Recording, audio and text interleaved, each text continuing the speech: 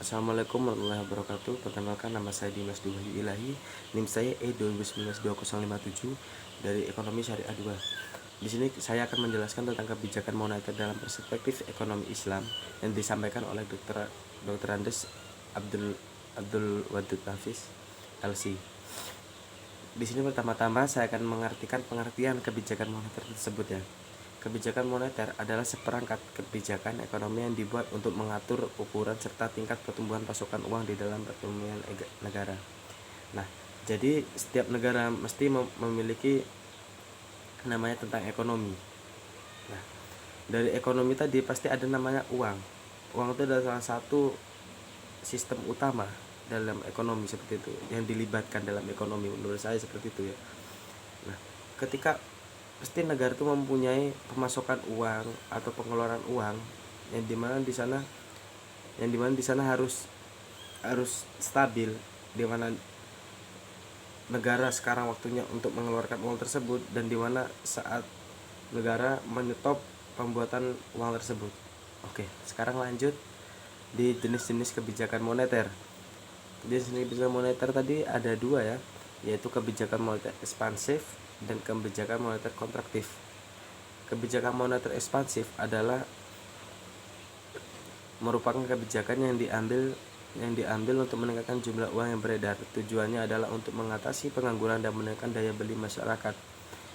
Biasanya kebijakan moneter ekspansif ini bisa disebut dengan monetary expansive policy. Oke, sekarang saya jelaskan tentang kebijakan moneter ekspansif ini ya.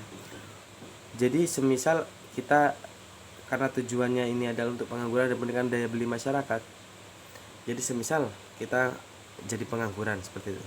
Nah, pengangguran tadi mempunyai ide, saya mau membuat UMKM seperti ini dan pastinya membutuhkan modal seperti itu.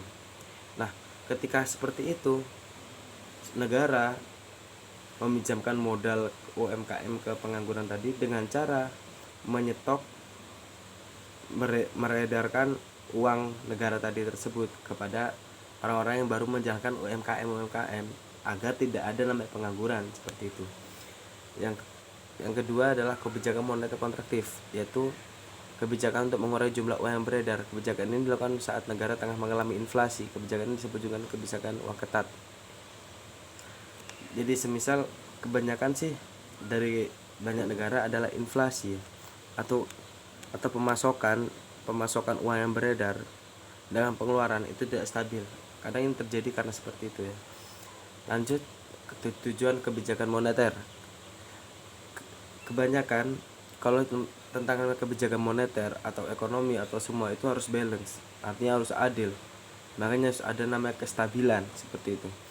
Tujuan kebijakan moneter ini adalah mengedarkan mata uang sebagai alat penukaran dalam perekonomian. Nah, itu sudah pasti. Yang kedua yaitu menjaga kestabilan harga.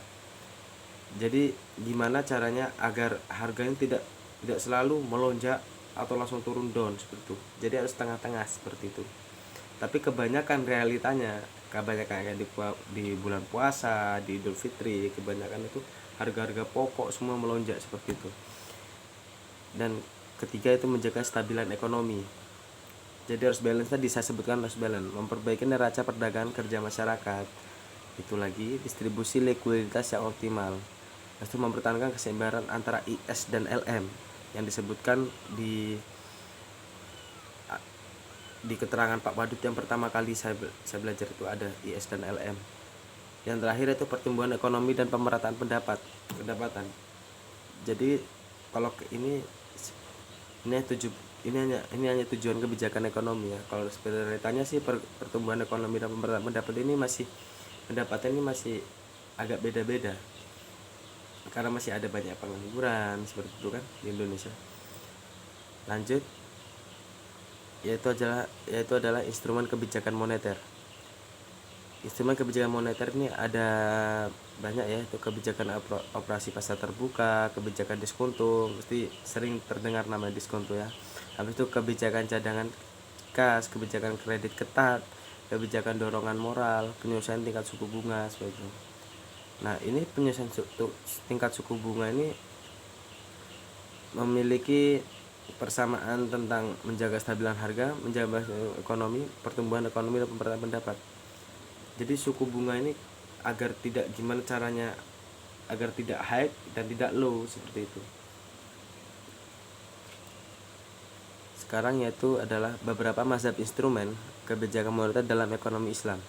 Mazhab pertama iqtishaduna, mazhab kedua yaitu mainstream. Mazhab pertama istihaduna ini adalah pada masa awal Islam, sejarah seperti ini. Pada masa awal Islam tidak diperlukan suatu kebijakan moneter karena sistem perbankan hampir tidak ada penggunaan uang sangat minim. Jadi tidak ada alasan yang memadai melakukan perubahan terhadap penawaran akan untuk melakukan diskresioner. Yang ngerti sendiri zaman dahulu kan gak ada nama sistem perbankan, jadi dulu masih ada sistem barter atau sistem apa gitu ya. Lanjut, sekarang itu mazhab kedua mainstream. Tujuan kebijakan moneter pemerintah adalah memaksimalkan alokasi sumber daya untuk kegiatan ekonomi produktif. Al-Quran melarang praktek penumpukan uang karena membuat uang tersebut tidak memberikan manfaat terhadap peningkatan kesejahteraan masyarakat. Oleh sebab itu, mazhab ini merancang sebuah instrumen kebijakan yang ditujukan untuk mempengaruhi besar kecilnya pemerintahan akan uang agar dapat dialokasi pada peningkatan produktif perekonomian secara keseluruhan. Jadinya pendapatan atau pengeluaran itu pasti harus merata, seperti itu kan tujuan kebijakan moneter memang ya dalam mazhab kedua yang mainstream.